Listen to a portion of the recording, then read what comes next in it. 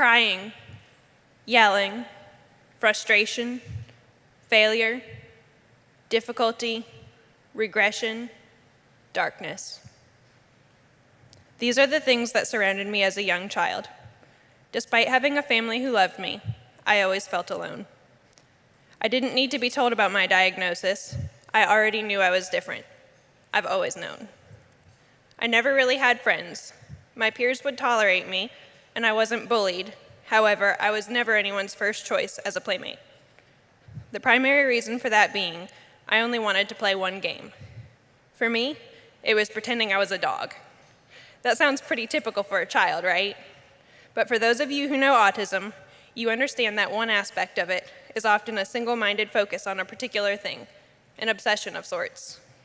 On the surface, my game seemed reasonable, but I was extremely dedicated to it and did it during really inappropriate times. Meaning, I was a dog during the Pledge of Allegiance when I wouldn't place my hand over my heart because paws can't do that. I was often yelled at in the lunchroom because I ate my food with my face, not my hands. I lapped up water from the water fountain like a dog. I barked at the doorbell, and I even bit a classmate's arm once. This was not the way to make friends, but I didn't have the skills to recognize the appalled reactions of those around me. Academics were even worse. All of my homework was tear-stained from both me and my parents.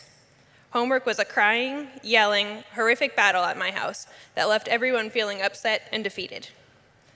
I used to grade my own papers before turning them into the teacher. I would write a large F or a 0, sometimes even before finishing the work. I flunked 3rd grade. Around that time was when I was diagnosed. I spent a week in Orlando for extensive testing. I'll never forget when we got back home and my mom was crying as she read over the results. I asked her what was wrong, and my mom told me she was upset because she had burned the chicken nuggets in the oven. I may not have been sure of why she was upset, but I knew it wasn't about chicken nuggets. Darkness, for me and for my family. After my small private school received the long list of my disorders, deficits, and disabilities, they told my parents they were not equipped to handle my needs. A flicker of light entered my life when my mom discovered Project Hope Foundation. I still remember my first day of school there, which began with my mother tying my shoes, picking out my clothes, and fixing my hair, despite the fact that I was 14. I had no idea at that point how my life was about to change. I quickly learned how safe I was at this new school, Hope Academy. My teacher was kind and encouraging to me. I saw that there was no escaping the principal's welcoming hugs each morning, no matter how hard I tried. My classmates and I were a lot alike, in ways that I never imagined would be possible. I couldn't ever recall meeting anyone else with my same challenges, so it was comforting having classmates who were so similar. That flicker of light began to glow.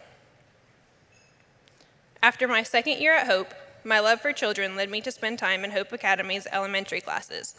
As I developed relationships with a few young students who were also on the autism spectrum, I began to see where I would fit in, how I might actually be able to shine.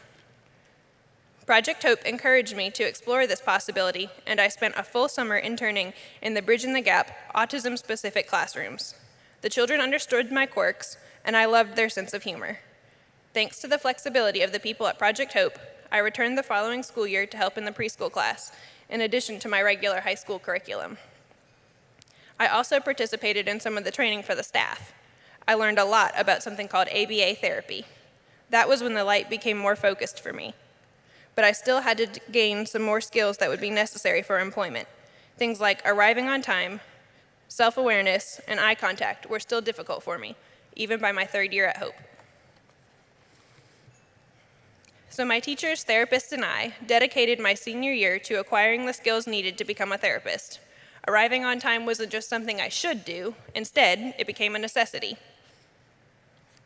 I continuously reminded myself to maintain appropriate eye contact when speaking with people at school. I tried my best to be aware of how I affect others and to be open to suggestions. I was constantly learning and had so much love and support along the way. I was encouraged by everyone at Hope to step forward into the light of my future. After I graduated, I was employed by Project Hope and passed all the requirements to be certified as a registered behavior technician, an accomplishment that means a lot to me. especially when you consider the sad statistic that 92% of adults with autism are unemployed. I can relate to all of my clients in a way that many therapists can only read about. I understand the desire to hand flap. I've been excluded from many social circles, and I've said the wrong thing at the wrong time too many times to count. While I carry out the same protocols and procedures with my clients as my coworkers do, I can approach my work with a unique kind of empathy. I know many of you are parents, anxious about the future, so let me also add that I have a life outside of my job. When I'm not working, I'm training my golden retriever, who is learning to do competitive obedience trials and to become a service dog. If I'm not training my dog, I'm spending time with my family or my boyfriend, who doesn't appreciate when I try to train him.